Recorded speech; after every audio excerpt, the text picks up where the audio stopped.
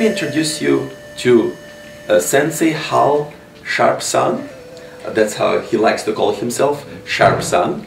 And first, I would like to ask you when you were born, the date, the months, and where exactly in the United States. I was born April 9th, 1927 in Cleveland, Ohio. Mm-hmm. Okay. You had a big family, sisters, brothers? I had one brother and one sister. Mm-hmm. Did your brother were into martial arts also? No, no. My brother was in the photography, printing, and later in the movie business for, I guess you call it post-production voiceover. Mm-hmm. He would use, like Russian actors, if it was a Russian movie, and they would use their voices. That was his business.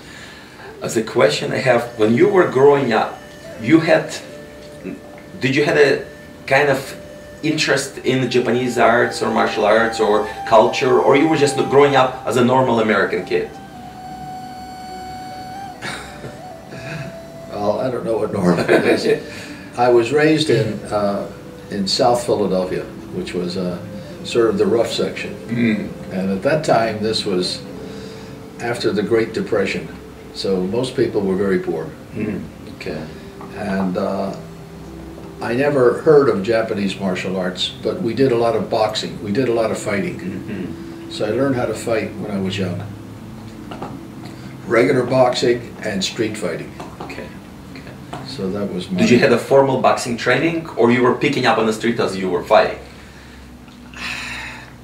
People you would instruct me. It was semi-formal. Okay. Okay. But in the street, it's different. What happens is, again, this isn't like the movies today. Each section of the city, the children or whatever would form gangs. Mm. So when a stranger came by, they try to start something. Okay, this is not killing. We didn't have guns. Sure. Mostly fist fighting. And I learned how to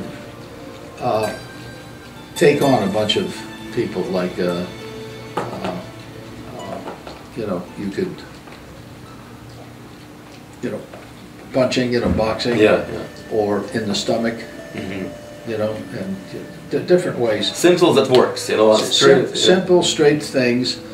For weapons, we would use milk bottles. In those days, milk was in glass bottles. Oh yeah, heavy glass. Heavy glass bottles. And the milkman would put them on the outside steps. So if you needed a weapon fast, you'd find somebody's house that had milk bottles. And if a group was chasing you, and you couldn't run away, you'd go to the milk bottles, you throw them, and the last two you break off. And then they'd say, oh, forget it. Forget it. So, interesting. It was that type of thing. And then the war started. Second World War. Second World War. So you got enlisted? Yes. You were enlisted in the U.S. Army? In the U.S. Army, yes. Okay. Where did you serve? Which countries did you have a chance to travel before you went to Japan? No, I was training as an infantry replacement. Mm-hmm. And after I started to train, the war ended in Europe. That was in May 1945. Mm-hmm. And then when I was about to ship out into combat, the war ended in Japan. Okay. So I went directly to Japan in the occupation. Okay. Okay. So when you went to Japan, you arrived, you trained, but you didn't have the chance to go to war because in a way you were lucky, in a way. Yeah. And your first impression, you arrived at the Japan, you go on a boat, right? On a big boat you arrived. Yeah, yes. What was your first impression? What did you expect? You're fighting Japanese, there is war. What was you expecting? Well, I was expecting to fight the Japanese, that they were fanatics. I mean, we're already, in a war you become brainwashed with hating the enemy. Sure, sure. And all the propaganda, the things in the war about the Japanese bayoneting you, that the only good Japanese is a dead Japanese. Okay, so that's your mentality. and I expected problems. But the military didn't really orient you. You know, they drop you, boom. Yeah. They take you here, they take you there. Yeah. See. And so the Japanese looked funny to me when I saw them because they were like little people. The ones that I first saw, they were like small. And the workers wore these fork-toed shoes, these shoes with rubber, but with the thumb, you know. Yes, yes. And I said, like an animal's foot. I mean, I didn't know that they have regular normal feet, you know, the way they were dressed. And so it was interesting, just the first impression. But once I met the Japanese and I got to know some families, they were very nice people. It was difficult to imagine them being involved and being so bad, evil, Yeah. in a war. Yeah. Your language barrier, how did you go through that language barrier first? Or you picked up Japanese pretty quick? I sort of picked it up. And actually, they understood English. They all had some English training to some degree. They were hesitant to speak. They could read, write, but then they would say some words. Sure. So you were quickly adapting to the language. Yes, I could. I just sort of picked it up. We had a few small language books the military give you. Okay. You know, but they were very primitive, you know, basic. yeah, very primitive. Hello, how are you? The book is on the table. I mean, silly things. Yeah. But I learned to use words that you really use. You know, well, of course, the good morning, the greetings. I learned how to count. It was very important. Yeah. Because we're always doing business with each other. In those days, there was a lot of black market. Not evil black market. Yeah. See, what it was the Japanese were very poor then. So they tried to buy things from the American GIs, like cigarettes or soap. And then they would take it into the country, to the farmers, and they would trade for potatoes or rice. See, so this was survival. Yeah. You worked all day, then you tried to find something that you can trade for food. And so you always saw the Japanese with heavy backpacks and trying to bring stuff to the farmers and back and forth. That was, and a lot of the areas were destroyed by our bombers. There was a lot of fire bombs they used in Japan, incendiary.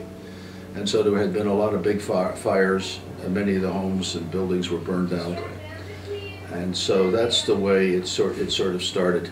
And then people were coming back, they're military from the war, and it was that sort of situation there. So now, as you're looking around in Japan, you're seeing different cultures, different way people do things. What started you asking questions? Where's your martial arts? How can I learn? How did you approach that?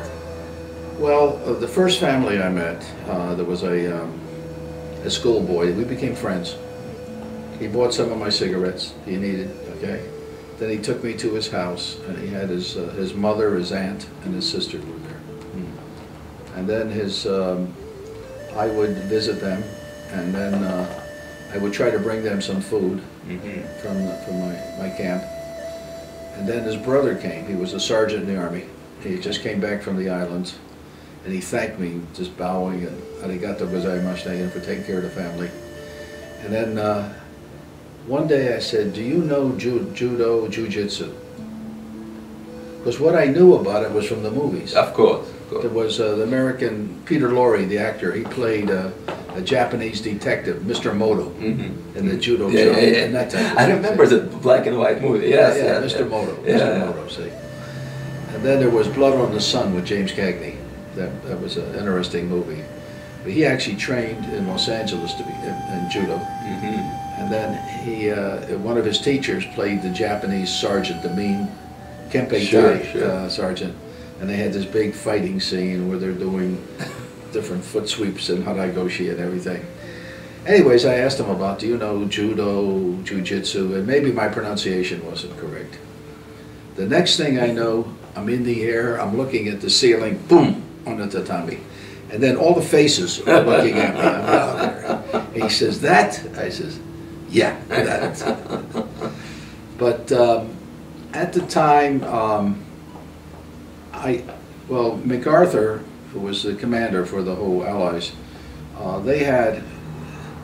they wanted to stop anything military that the Japanese might have done after the war. So they sort of outlawed, I imagine, you know, Judo, even Kendo, any of that. Then, of course, we had Americans that understood something about it, and as things settled down, they would allow this type of activity. See, this was slowly coming into play. And I didn't get involved in Judo right away. Then my first assignment in Japan was with the Combat Engineer Battalion. And I became the battalion photographer, and I would teach photography. I was always in with cameras. That's why a lot of my books and my photographs, photography was sort of a thing I learned as a young boy, and then it was almost like a professional in the Army. And then I transferred to the Chiba military government. And first I was guard duty in front of the big building with an MP helmet and a carbine. And I became friends with all the children. And my nickname was Pappy Sharp. All the children, I taught them American songs, camping songs and stuff. And one of the funny things happened. They gave me a little medal that they got from school. So I took it to my friend who had a sake shop. And I said, Tojo, presento. Tojo was the big bad guy for the Japanese in the war. Like in Europe, you had Hitler and Himmler and all those guys. Well, in Japan, Tojo was the #1 bad guy, okay? And I said, Tojo, presento. So he said, Juttamante, just a minute. He goes back in his house, quarters, and he comes out with a major's jacket, beautiful one, with a big sunburst medal with a ruby in the center. And he said, Tojo, presento. So we start laughing, and we got drunk. And he said, I say, Tojo, presento. He said, Tojo.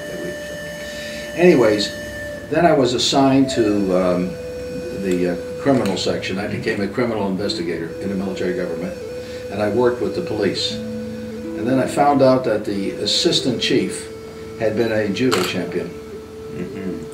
So I personally authorized to have a dojo and do training.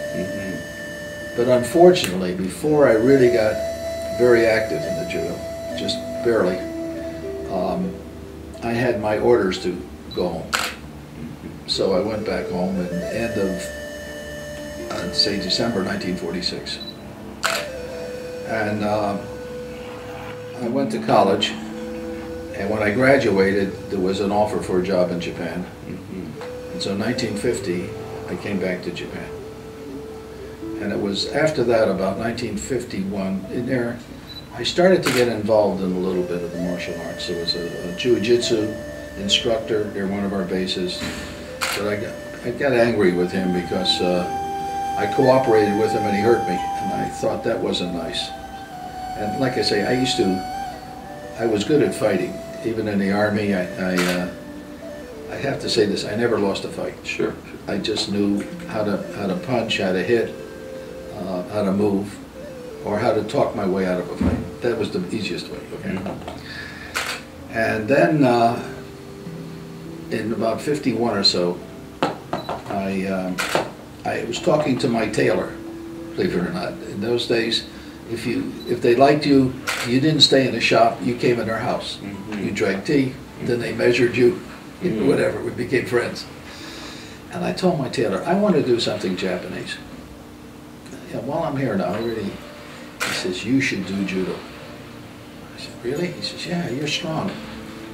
So I went to the Kodokan in Tokyo, and I saw it was near closing time, and it was an old sensei throwing a young boy.